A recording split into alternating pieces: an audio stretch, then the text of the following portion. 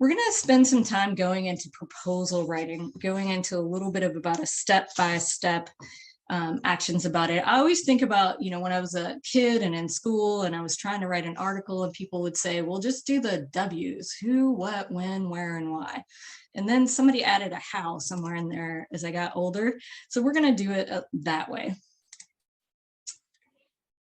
So there's many different types of proposals and there's many different types of funding entities. I'm just going to give a brief overview of foundation proposals and the different things that you might see. And I'm going to talk about just 2 categories here. So the very first one that I was often, so I ran a small nonprofit in Northern California working with women who'd survived violence. And so one of my favorite funding opportunities was operating funds. So operating funds is really something they call unrestricted monies. And so that's a fancy word just to say it will let you apply it where you think you need it the most. It's golden, right? And so you, somebody running a project or a program, really know where you need to put your money. But oftentimes folks who are providing the money will be very specific about what it looks like. You can just put it into overhead, or you could pay staff, or you could put it into programming. They usually only last a year, and I've provided some examples locally. In the examples period, sorry, and in the Google Drive, there's a whole list of local funders. I'll take a drink of water. The other set of funding that people provide are program support. These are monies that address a certain issue, and it's usually really prescriptive within the request for proposal. The person who's writing it or the organization that's providing the funding will give you very explicit directions about what they're looking for. It can be across a time frame, it can be, monies can be to address a certain issue, or it could be open-ended.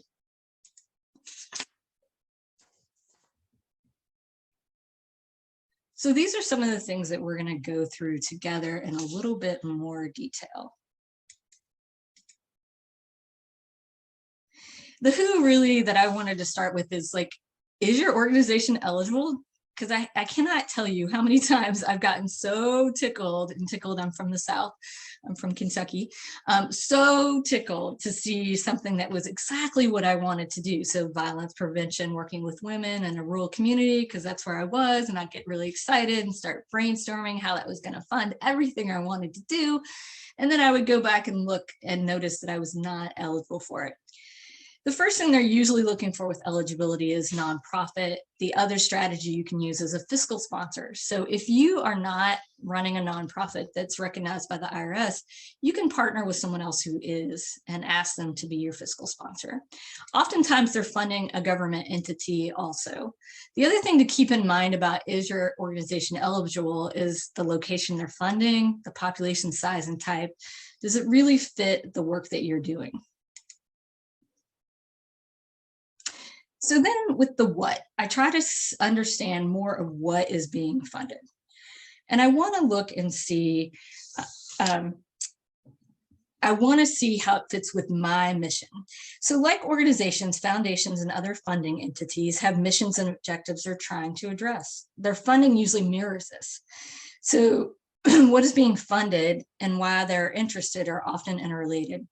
As I'm reviewing a funding announcement, I'm usually scanning to see if this particular set of funding will support all or part of what I'm doing. I look through and try to understand, are they looking at a strategy? So a strategy could be a broader issue. So increasing access to healthy foods might be a strategy. Or are they actually telling me particular activities that I have to do? Are they telling me that the only thing they're going to fund is me providing access to SNAP benefits or farmers markets? Are they telling me that I need to use community health workers? I really want to dig into the things that this funding entity wants me to do and make sure it's a match. If it's not a match, then I need to move on, because the more you find yourself stretching to meet what the funding requirement is, the more it's probably outside what you really should be looking for. The other part about what's being funded, although it's a who and where, is often, as we were touching on before, you know, what the focus population. Is it folks that you serve? So those communities that you talked about communicating with earlier, are they looking to fund those folks and work with those folks? Are they looking in the location where you're working? I think a lot of times, again, I get super excited. I start to go and put things together, and I notice that, wait, I'm not even in the geographic location that they're talking about. So I have to back away. The other thing that's important in looking at the geographic location is the smaller of an area that they're funding, if you're within that area, the more likely it is that you would have an opportunity to get those funds. So say if they're funding in Chicago itself, specifically in a neighborhood within Chicago, and that's a neighborhood you serve, then you've got a higher likelihood of getting those funds. If it's me, I'm all over it. If it's Illinois, then I want to step back and say, okay, hold on, how many people might be applying for this? Is this something that I want to go for? Do folks have any questions right now before I go to the next slide?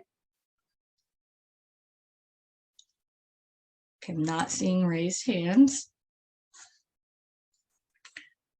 So funders have all different kinds of timelines. I'm just putting up one example of a timeline that you might see and some components of that timeline. I put it up to pretend like today is the release date. I wonder, so when I look at the funding timelines, I put some examples of the different things that they'll put. One of the first things that I always look at is, when is the application due? And so when I'm glancing through here, I see that I have 2 months to do it. And that's pretty generous. A lot of entities, government entities in particular, will give you 30 days, but 60 days is something a foundation will often give you. What other things do you notice about this timeline? You can come off mute or put it in the chat.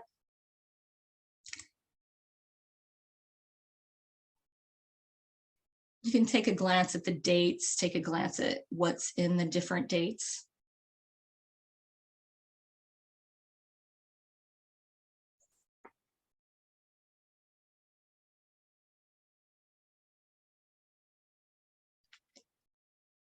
If somebody will put in the chat, name a program that you all run that, yeah, you guys just, would you mind start putting some things in the chat about programs that you run? And if you can, do me a favor and just put, how long are they? Are they 3 months, a week, a year, 2 years?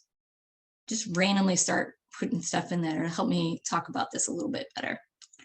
So while you all are feeding the chat about your programs and how long they run, one of the things I would ask you is, what are the implications of this timeline on the programs that you run? So somebody wrote in there, their programs are funded from 1 to 3 years. Think about school-based programs when you're doing your recruiting, or when you're doing youth programming, or other things when you're working with families through holidays. So when I look at this timeline, there's several things that I look at. I want to know the release date today, yay. I want to know, in here it tells me there's a letter of intent, which is due. Often that can be as simple as saying, such and such organization intends to apply for these monies. It just lets them get a count. They'll tell you when and if they have an informational webinar. Usually it's pretty soon after the release. We've got the application due date. They'll tell you when the funding decision is, and they'll tell you when the start date is. In this case, it's 60 days apart. And sometimes when I'm working with the Centers for Disease Control, they'll give me a funding decision like a week before I'm trying to start a project.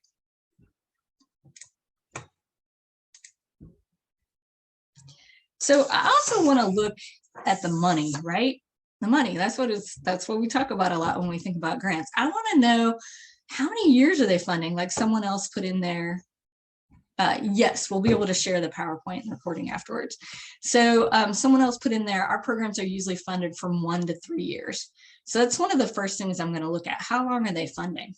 And I want to know how much money they're giving me annually in total. Are they giving me $10,000 across 3 years? Are they giving me $10,000 each year?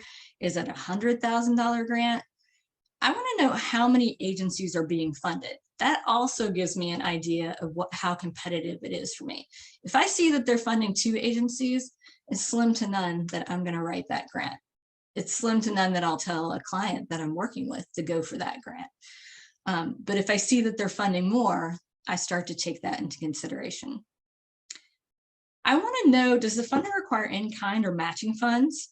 And so in kind is when you have to, for folks who may not know, in kind is when a funder expects you to match their funding with something else that you're doing. So for example, if they give you $50,000, they might want to see $10,000 worth of staff time for free, volunteer time for free. You could count rent. There's many things that can go into in kind. Matching funds are a different story. Sometimes foundations and other entities will say, we'll give you $50,000 if you can match it with $10,000 cash. And so we have to look and see, is there something that we've got in place that we can show as cash? And then the last thing I'm always asking myself is it worth it? Is it worth it for us to go for a $10,000 grant that crosses 3 years? Is it worth it in staff time? Is it worth it with costs? And there's many reasons the answer is yes. When I ran Women's Mountain Passages, there might be a project that I could hardly ever get funded, but this is a direct match. And even though it's $10,000 across 3 years, it's going to let me do something that I really want to do. Sometimes it's not. It takes too much time for your staff to respond to it, and you'll decide it's not worth the money and that you'll decide to move on. So these are just a few tips about what funders want to see when they're looking at your application. They're going to want to know that your organization is a 501c3 and that your organization is healthy. So when you ask, like, what is healthy, they're thinking in terms of management, finances, operations. Are you using diverse funding resources? They're going to want to know when you apply, are you using their money as the only money to fund what you're doing? They're going to want to know other places you're bringing in money. And they're in particular going to want to know for nonprofits, have you done anything at this level before? So if you're applying for a bigger grant, $100,000, $500,000, $1 million, they're going to want to know that you have the ability to implement that you've done that before. Don't be afraid to partner with larger entities. If there's some funding that you see that's in place that you'd really like to go for, that have the experience doing that. They also want to see that you have support from leadership or your board. Sometimes they'll ask for a board declaration. Sometimes they'll just ask you to write a sentence that says that. These are the last couple of general tips, and then we're going to go over some scoring criteria. So the first thing is review all those requests really carefully. Remember earlier when I said I get super excited and I think, oh my gosh, they're going to fund me. This is so much fun. And then I notice it's not even within my funding area. So then you need to make sure that you're following all the directions. They have super detailed directions in here. They'll tell you to single space. They'll tell you it's 5 pages. They'll tell you what font size to use. They'll tell you who you can include and not include. Create a list of those and look at that in the first place. So then the other thing we're going to go through in a little bit more detail is a scoring rubric, a timeline, and a submission checklist. So this last thing that you see on here is just keep editing that grant that you're putting forward, because the editing is really what's going to get you where you want to go.